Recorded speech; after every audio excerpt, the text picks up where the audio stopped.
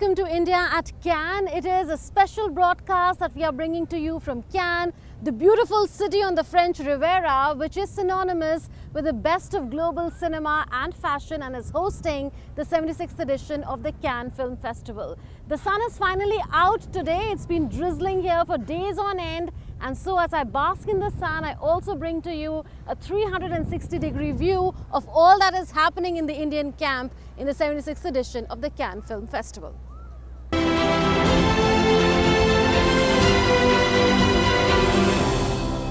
The demands and dynamics of film industries around the world are changing.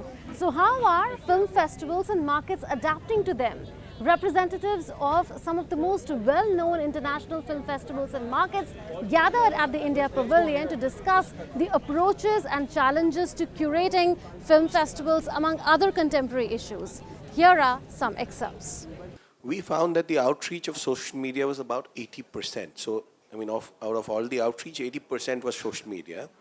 And the expenditure which we made for social media was barely less than the 5%.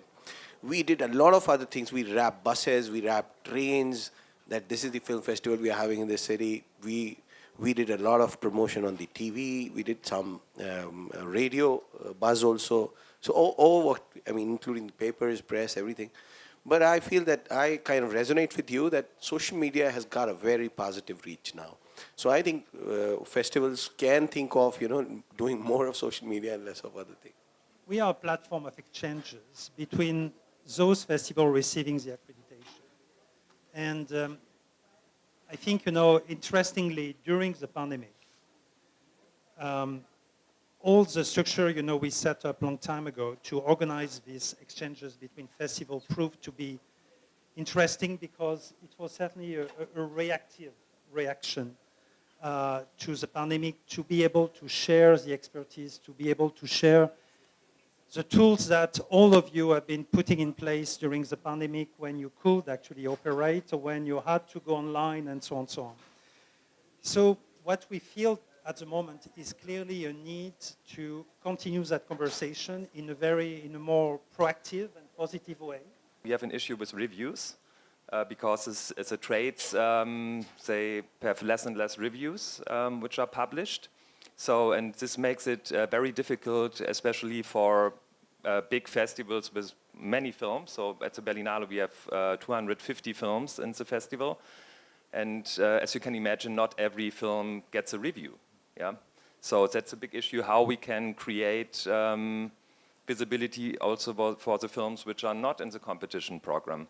We welcome every year more than 100 countries, of course, including Philippines. And we are also developing a lot of collaborations with India. We've been last January in India, and we are planning some workshops.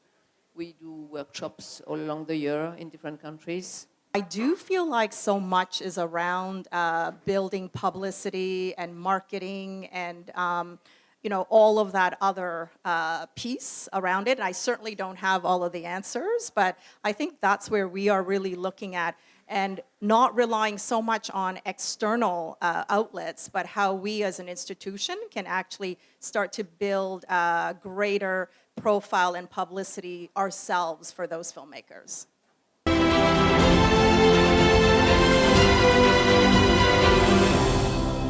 The trailer and poster of Majaz, A Life in Poetry was released at the India Pavilion by its Delhi-based director Huma Khalil. Asrar ul Haq, better known as Majaz Lucknowi, was an Indian Urdu poet who was known for his romantic and revolutionary Urdu poetry. He had inspired many young girls to take part in India's struggle for independence. I spoke to its director, Huma Khalil. Take a look. Huma Khalil is a Delhi-based filmmaker, author and director, and she is in Cannes for the screening and promotion of her debut film, Majaz, A Life in Poetry. Let's welcome her to Doordarshan. Welcome, Humaji. Why Majaz, the revolutionary romantic Urdu poet? Thank you, Munmun. I'm very happy to have brought Urdu poetry and Hindustani language poet to the Cannes Film Festival. Majaz. So Majaz is my favorite poet for various reasons. First of all, Majaz in Majaz's poetry, a woman is being depicted in a very different manner than what we see in general in Urdu poetry. Since ever, since the time of Wali Dekkani, the first Urdu poet, women have been depicted as beautiful creatures who are supposed to be worshipped, who are sitting at home, who are admired for their beauty in Urdu language. But when Majaz comes in 1930s, he's changed the whole scenario. He started to write about their beauty and as well as their intelligence. He started to inspire women, and in a way that they should also become partners of men. Like there is this line of Majaz which became an iconic line, and with this line, lot of women in India, especially from the Muslim community, became inspired to join the freedom movement. And that line was, तेरे माथे पे ये आंचल बहुत ही खूब है लेकिन, तेरे माथे पे ये आंचल बहुत ही खूब है लेकिन, तू इस आंचल से एक परचम बना लेती तो अच्छा था. Which means this veil on your face is really beautiful and you look nice in that, but you should have made a flag out of that veil. That would have been better. So that kind of poetry he wrote in an era when women were supposed to be in a parda and they should be moving in, palkis and that kind of a thing, when there was the mardana and zanana. So Majaz came at a point where women's beauty, other than women's beauty, he started to question their intelligence. He started to say, he's in many of his poems, he's describing the beauty of a woman, and then he immediately says, I'm amazed at the nuances she picked up in my works. So that means a woman is becoming intelligent also in poetry. He was always intelligent, but that kind of aspect was never brought to the forefront. So that's why I am a big fan of Majaz. I have always been a big fan of Majaz, and also Majaz was in a space which was Aligarh, where he became the rock star for the first time, and later on women from all over India started to idolize him. So I was in that space 70 years after Majaz, in the same space in Aligarh, in the same college where women were all big fans of Majaz. So all those things, they kind of contributed to my making a film on Majaz. Interesting. So when did the idea take birth? Did it take birth in college itself, or did it take birth later, or did it concretize later? How did it all start? What is the role of Rekhta Foundation in this? So first thing is that the college where Ismat Chughtai and Safiya Akhtar, which is Javed Akhtar's mother, studied, and there is this boarding house which is kind of very, very popular boarding house for various reasons. It has been depicted into a lot of Urdu stories by Ismat Chughtai, by Quratul and Haider, and Majaz became a rock star first in that space. So I was also in that space, and when I was in that space, there used to be stories about Majaz even after 70 years. So when I was in college, that time also I used to think that I would make something on him, on this poet who's popular till date. And he used to live across my college, Majaz, 70 years before I was in that space. So all those things were already there in my mind, and I just wanted to depict this poet who was extremely charming, who was he was an alcoholic also, as everyone knows, and he died at the age of 44 years only, at the peak of his career. So there was this element of a person who has seen so much of popularity, and then he went into such deep depression that nobody could have helped him. And he became an alcoholic. He went to he was admitted into mental asylums, and he died so young, which happens with a lot of artists and a lot of creative people. So there were two elements of his poetry written on women empowerment and inclusivity of women, as well as the downside of this whole creative process which happens with a lot of creative people. So, and Rekhta Foundation has produced this film, and in Rekhta now what we are going to do is we are going to make a lot of audio visual things for the young generation, because they are they don't have the time generally, and they are in that fast motion thing. For them to read poetry books and all is a very limited, very few people do that. So to propagate Urdu language through the audio-visual medium is our new thing, which is going to be started this year round. Where all has the film screened so far, and how has the response been to it? So the first time a week ago only, the film was first screened at the Nehru Centre in London, which is the UK Indian High Commission in UK, and it was being officially selected by the UK Asian Film Festival. And this was just like 5-6 days ago, and this is the second time it's going to be screened. It was an overwhelming response and house full of Urdu poetry lovers, of poetry lovers, and of Hindustani language lovers in London, who all came for the premiere of the film. So tell us about your upcoming projects. I believe that you are planning to make movies on Faiz Ahmed Faiz, on Kaifi Azmi and Mahalaka. Okay, so the next one which is in the pipeline and which is almost kind of after doing all these kind of things, I'm going to go home and first thing going to start is Mehlaka Chanda. Mehlaka Chanda is a woman, is a poetess of Urdu language who was there in India 200 years ago. And not many people know about her. She's the first woman to have written a book in Urdu, like a poetry book in Urdu, a diwan, after Wali Dakkini, which is even before Mirza Ghalib and even before Mir. And she was a very, very influential woman in her own era. She was not just a poet, she was a accomplished Kathak dancer also. And she's the first woman to have started a residential school for performing arts in India, which was in Hyderabad for 300 girls. So, and lot of her property she donated, all of her property she donated after her death to the cause of women empowerment. And there are still degree colleges and many, many things running for women around the area of Deccan, which are on her donated land. So I want my next project is on Mehlaka Chanda. Thank you so much, Huma, for speaking to us on DD India, and all the very best to you for your upcoming project. Thank you so much, Munmun. Pleasure. So that was a conversation with a debut filmmaker here in Cannes, Huma Khalil, with cameraman Ilangovan. This is Munmun Bhattacharya from Cannes for DD India.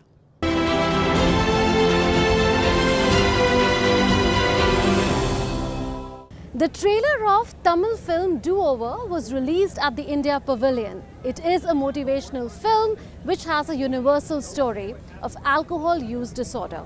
I spoke to its cast and crew. Take a listen.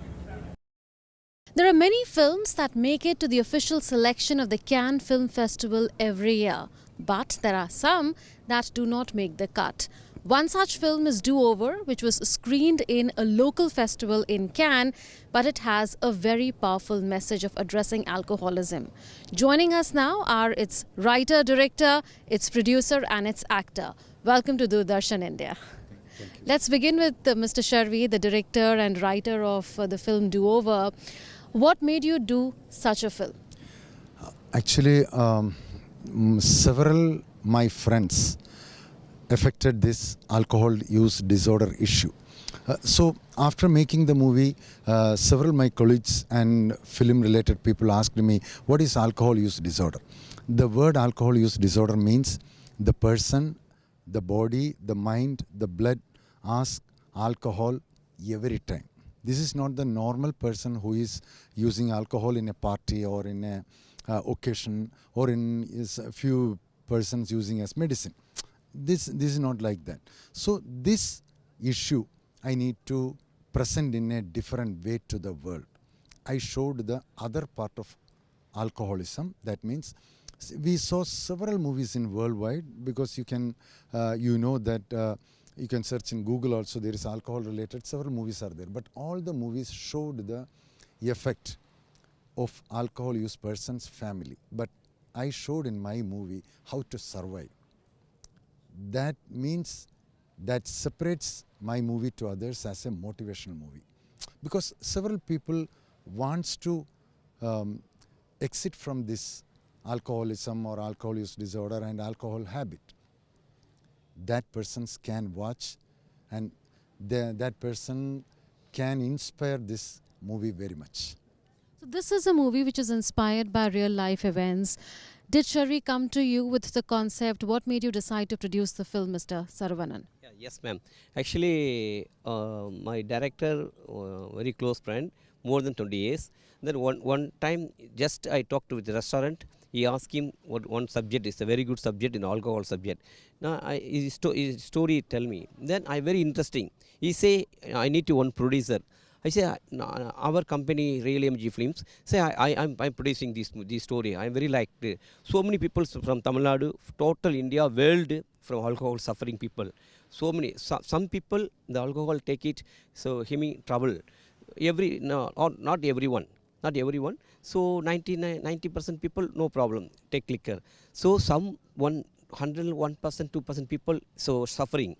Then me last time little bit that problem.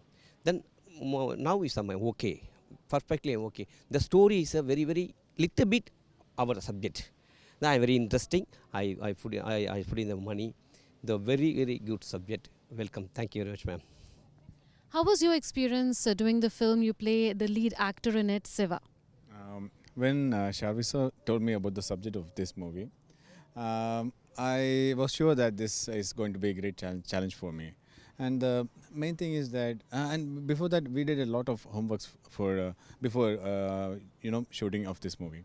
And I've noticed in my country that a lot of families are being affected by this alcohol issue.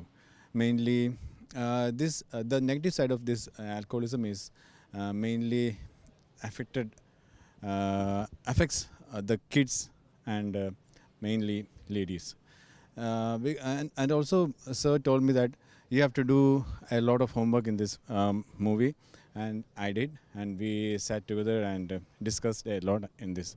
And the result is this: we got more than 100 awards in international and national. So, yeah. Right.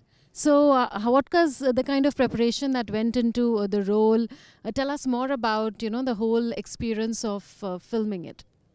Basically, I don't drink, but I observed what are the characters of basically those drunkard guys does, and I had to go near the bar and near the civil supplies to to observe what they are doing. And also we discussed the experiences of some of our friends and families, relatives, and sir helped me a lot with that. So this film, as I said, has been inspired by true events. So what were those events that you've tried to represent in the film? It's a challenging job I did in my movie. The true events means very close friends of mine who affected in his real life. Then above all, the subject shows the real rehabilitation center. We shooted in the real rehabilitation center with my hero. That is the biggest challenge, because in that rehabilitation center, around 70 to 80 members who are affected and who are in treatment. In same place we shooted, and I given my challenge to my lead actor Manav and actress Maria Pindo, who did the role of wife. She got around 7 awards, Best Actress Award. She did a fantastic job. When I told the subject, she told me, sir, my auntie is my character, because her own family there is an issue, like, because everybody knows it's related to issues, but she prepared, she did a fantastic job in the portion of husband drunken, affected wife and daughter.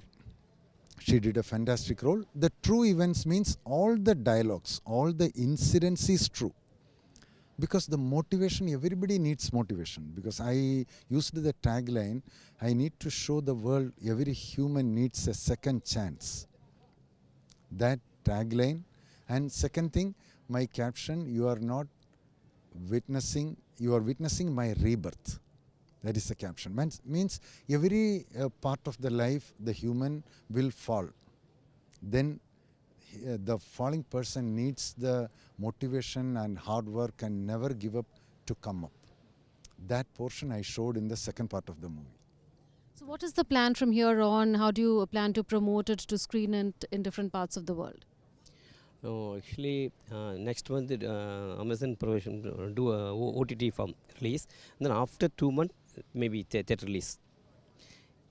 How has the response been so far to your acting, to the film as a whole, to the subject that it has taken up? Yeah, after getting so much awards, I am getting a lot of offers from South India, and it's the result of our hard work.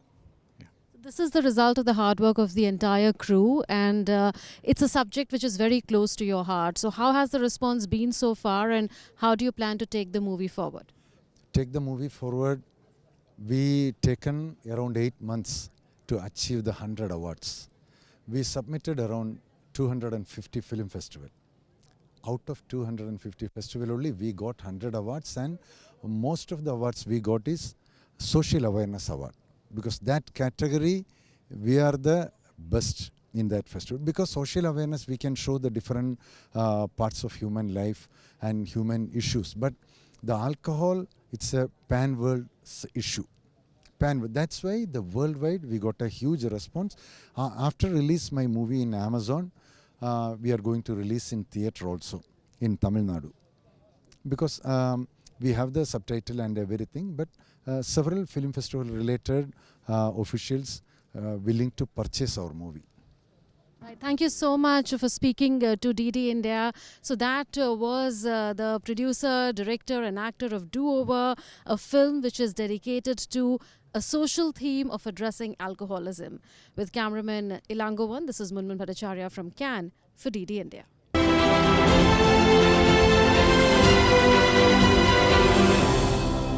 I spoke to French singer Laura Khan, who loves to sing Bollywood songs and has the world dancing to them. Take a look. Bollywood goes global, and how? Joining us here is Laura Khan. She is a flamenco and Latino singer, and she's from Nice in France. She's joining us in the India Pavilion of the Cannes Film Festival. Welcome, Laura, to Doordarshan. Namaste, Dhanyavad. I see you sing Bollywood songs. So what lit up your interest in Bollywood? Well, my interest in Bollywood, it was like when I was really young, and actually I have to confess that I was in love with Hrithik Roshan on that time, and then I don't know, I always loved Indian culture, and I read a lot of Hinduism and things like that. And once I have the opportunity they call me to sing for the Cannes Film Festival an Hindi song. So I had to learn it because I was singing in Spanish, and they told me that you had to learn it in 1 week, an Hindi song. So I learned it like phonetically, and it was crazy because after that performance, all the Indian people came to me and talked to me in Hindi, and I was just like, oh no, I'm sorry, I just sing in Hindi, I don't understand Hindi. But I would like to learn, but it's really difficult. So will you like to redo that performance for us? Okay, let's go, let's do it. न मैं समझा न मैं जाना जो भी तुमने मुझसे कहा है सेन्योरिटा, मगर फिर भी न जाने क्यों मुझे सुन के अच्छा लगा है señorita. No desvíes la mirada, quédate cerca de mí. मुझको बाहों में तुंगेरो समझीना señorita, चाहत की धूप भी मिल पाए दुनिया में भी कम है क्या, दो पल को तो आओ को जाए, भूले हम होता हम है क्या señorita, सुनो सुनो señorita कहते हैं हूँ क्या. Like we say, ye dil mange more, like we say in Hindi, which means that we want more of it. So sing some more songs for us. Okay, you want more song? Okay. I'm sorry if my Hindi is not so good, but like तेरी मेरी मेरी तेरी प्रेम कहानी है मुश्किल, दो लफ्जों में वादा हो पाए, एक दूसरे से हुए जुदा रखा, एक दूसरे से ये पानी, तेरी मेरी मेरी तेरी प्रेम कहानी है मुश्किल, दो लफ्जों में वादा हो पाए. That is really amazing, and the round of applause here says it all. When exactly did you start learning, and would you like to learn more Hindi songs? Oh yes, for sure. I will. I want to learn. Actually, the first Hindi song I learned was "Holi chudiya bole kangana, hai mein ho gayi teri sajana, tere bin june lagda mein te mar gaya, lecha lecha." Lecha lecha, Sonia lecha lecha. But well, that was because I loved that movie, Kavi Kushi Kavi Gam. And yes, I would like to learn a lot. Actually, I just recorded an album. It will go out next year. It will be called Big Manzana, means Big Apple. It's about New York, and with Jean-Cyril Masson, a French producer. And I'm working on Laura Khan album, so I hope I will have the opportunity to sing in India with the next album of Laura Khan, and there will be also a lot of Indian sounds in my project. It's reggaeton, but with Indian fusion, something like that. Thank you so much, Laura, for speaking to us. Dhanyavad. Dhanyavad. Dhanyavad. So that was Laura Khan, who has floored everyone here in the India Pavilion with cameraman Ilangovan. This is Munman Bhattacharya from Cannes for DD India. That's it then in this edition of India at Cannes. We'll come to you tomorrow same time with the latest updates on India's participation in the 76th edition of the Cannes Film Festival. Until then, goodbye. Thanks for watching.